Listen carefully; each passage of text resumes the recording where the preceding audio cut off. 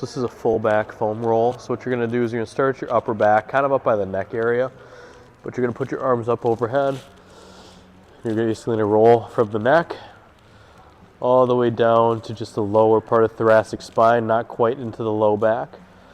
Let the arms hang. You can kind of let your breath out as you go down. You're gonna go up and down about 8 to 10 times. You can vary the speed if you want to go faster or slower, but really kind of dig into that tissue to get things moving. You might feel a couple cracks and pops. It's totally fine. Just let your body relax as you roll all the way up and down here. This is the foam roller open book. Bottom leg is going to be straight along the foam roller. Top leg is going to be at 90 degrees. You're going to keep in contact with the foam roller with this top leg. What you're going to be doing is you're going to be open, so you can turn the head with it. Foam roller that. Come all the way back.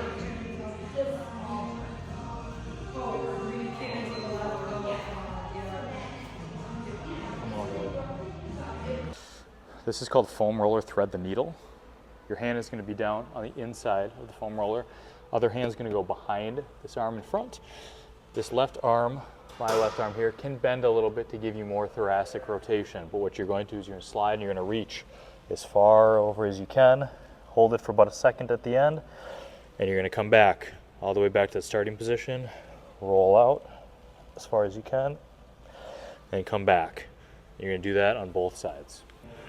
It's called T-spine extension. What you're going to do, hips are going to stay on the ground. Arms are going to kind of go behind your head. You're going to start above the shoulder blades. You're just going to arch your back over the top of the foam roller, getting a nice, good stretch. You're going to sit back up. Then you're going to inch yourself down about 2 little spinal segments or so. Walk the feet in. Arch over. Really trying to push the upper back into extension. You're not throwing your head back. You're just kind of resting there. You can exhale if you need to, kind of relax even more. Come all the way back up. And you're going to kind of repeat this process of going down little by little. And if you find a spot where you're like, ooh, that's a little bit tender or that feels really stiff, you can kind of stay on that segment, kind of going over and back a couple times. You want to go until you're just kind of below the shoulder blades. You'll feel a lot of pressure build up in that low back. If you get down too far, so I'm going to go way down here, it's like, ooh, that's a lot of pressure. Back off a little bit. And you're good from there. So you're going to go all the way down the spine. And you're going to come all the way back up the spine. So how I'm going to have you do it is hands going to be on your ankle. You're going to be hinging forward, stretching kind of that posterior hip area. You should feel a pretty good stretch back there, holding for about 30 seconds. And you're going to come back up. So this is a hip internal rotation stretch on your back. I'm going to be stretching this leg. So what I'm going to do here is this hip is going to kind of roll into internal rotation. This foot's going to come over the top. And what I'm going to try to do is let this kind of stretch into that motion. This hip, I don't want to just roll over and let that stretch. It's not going to do a whole lot. I'm going to try to keep that down. And the more and more I can kind of flatten this leg out into internal rotation, the better. You can kind of see I'm kind of inching my foot further and further, pressing this down to create more internal rotation. This low back area is staying on the ground, okay?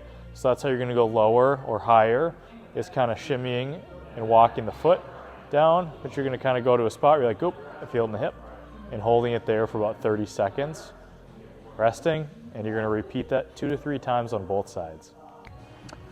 This one's called a sleeper stretch. So what you're going to do is this arm is going to be at 90 degrees, and I don't want your body rolled open like this. You're going to be kind of rolled a little bit closed, not falling forward, but almost perfectly stacked on top of yourself. Shoulders perfectly 90 degrees. And all you're going to do is you're going to kind of take this arm, and you're going to push it down into internal rotation to stretch that shoulder capsule, okay? Just going to hold this for about 30 seconds or so. It shouldn't be painful, but you should feel like it's doing a pretty decent amount of stretching in there. If it's painful, back off just a little bit, and you're going to return it back up. Same thing with the other side. This is a seated hamstring stretch with rotation. You can do this with a golf club or something behind your back. Otherwise, you can just do it hands across the chest. But you're going to put one leg out here. This is locked. I want it slightly unlocked, so a small bend in that knee, okay? So you're going to be hinging over. You're not rounding your back. You're hinging over. You should feel a pretty good hamstring stretch back here. Once you've kind of reached that position, Then your hands can go across your chest, or if you have a club, behind your back. And you're going to kind of rotate side to side.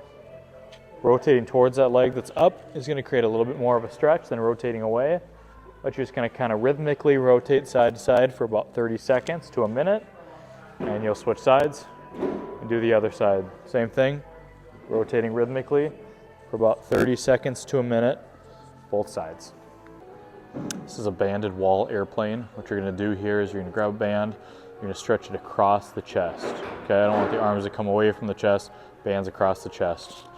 Be in kind of a good golf posture. One foot's going to be on the back wall, the other foot's going to be on the ground. Head's going to stay neutral.